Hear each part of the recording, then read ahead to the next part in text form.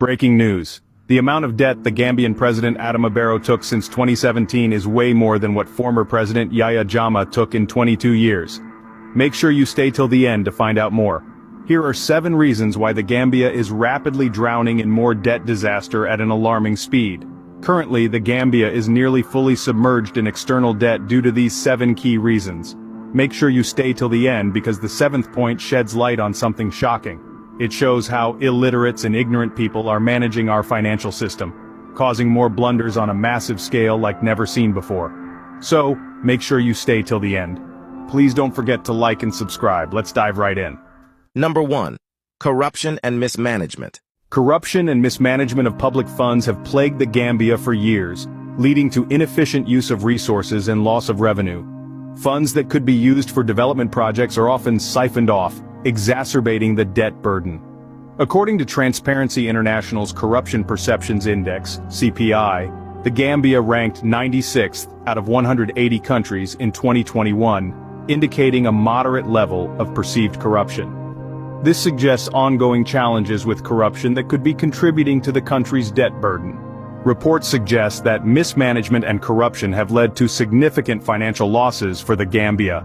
For example, a study by the African Development Bank estimated that corruption and mismanagement cost the Gambian government approximately $450 million annually, further exacerbating its debt burden. One of the most glaring consequences of corruption and mismanagement is the ballooning debt-to-GDP ratio in the Gambia. The Gambia's debt-to-GDP ratio has been steadily increasing over the past few years, reaching 120% in 2020. High levels of debt relative to the size of the economy pose serious risks to fiscal sustainability and economic stability. Debt servicing costs consume a significant portion of government revenue, leaving fewer resources available for critical investments in human capital, infrastructure, and poverty reduction. As a result, the Gambia finds itself trapped in a cycle of borrowing to repay existing debts, perpetuating the vicious cycle of indebtedness. Number 2.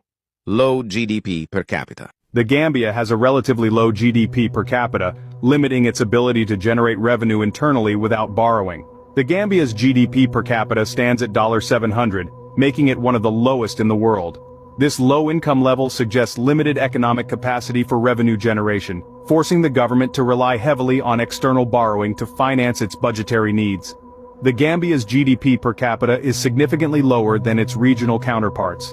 Surprisingly, while neighboring countries like Senegal and Guinea have higher GDP per capita figures, the Gambia's economic performance lags, exacerbating its debt burden as it struggles to keep up with regional development trends. To put it simply, Gambia's economy is relatively small, if not the smallest in Africa. Hence the reason why the low GDP per capita. Due to this, the government receives low income in the form of GDP. The problem with this is that the Gambian government will need to spend carefully. If they don't, there will be a massive fiscal deficit, which is when a government spends more money surpassing its revenue. This is what the Gambia is going through right now, leading to the never-ending cycle of borrowing excessively.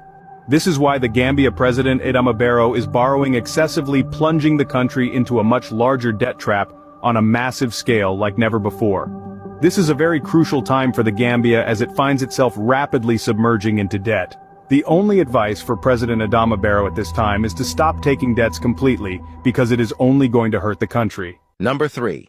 Using debt to finance liabilities. The Gambia's borrowing for infrastructure projects witnessed a remarkable surge, with external debt earmarked specifically for infrastructure increasing by 85% between 2016 and 2020, reflecting ambitious development plans according to the World Bank. Infrastructure-focused borrowing has contributed to a rapid increase in debt levels, with the Gambia's debt-to-GDP ratio soaring by over 30% between 2016 and 2021, raising concerns about long-term debt sustainability as reported by the International Monetary Fund.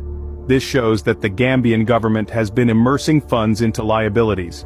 This is evident as we have seen the billions of dollars spent on the Banjul rehabilitation project, which has not served its purpose due to the massive flood that gripped Banjul despite the rehabilitation project. Now this is a big cause for concern. To put this simply, President Adama Barrow has been taking massive loans only to immerse them into fat liabilities in the name of infrastructural projects without realizing the damning consequences. This is a very big mistake for a tiny economy. Debts are not meant to be immersed into fat liabilities, especially national debts. Debts need to be paid back. Therefore, they should only be used to invest in assets rather than liabilities. The difference between an asset and a liability is the direction of cash flow. Something that brings in revenue is an asset, while anything that only takes money from you is a liability. A president needs to know this difference, and failure to know this is a recipe for disaster. Instead of President Adama Barrow taking massive pans to fund these infrastructural liabilities, such as road and bridge construction, he should have used these loans to invest in national assets in a bit to diversify the economy.